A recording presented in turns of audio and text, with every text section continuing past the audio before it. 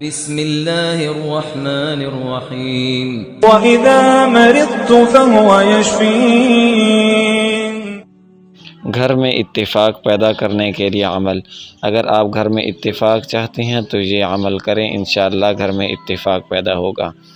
سب سے پہلے آپ نے سورۃ الفاتحہ 7 مرتبہ پڑھنی ہے، پھر آیت الکرسی کو بھی 7 مرتبہ پڑھنا ہے، سورہ یاسین کو 3 مرتبہ پڑھنا ہے، سورۃ المزمل کو 7 مرتبہ پڑھنا ہے، اور چاروں قل یا ایھا الکافرون، قل ھو اللہ احد، قل اعوذ برب الفلق، قل اعوذ برب الناس، اس کو بھی 7 مرتبہ پڑھنا ہے، اور پھر آیت کریمہ لا الہ الا انت سبحانک انی کنت من الظالمین، اس کو بھی 7 مرتبہ پڑھنا ہے۔ پڑھنے کے بعد پھر یہ وظائف گھر کے آٹے پر دم کریں، اور اس پانی پر بھی دم کریں جس سے آٹے کو گوندنا ہے۔ یہ مجرب عمل ہے، اس عمل کی برکت سے گھر میں اتفاق ہوگا اور برکت بھی پیدا ہوگی۔ نافرمان اولاد اور جھگڑوں کے لیے انتہائی مفید ہے، یہ عمل کریں گے تو انشاءاللہ آپ کو بہت فائدہ ہوگا۔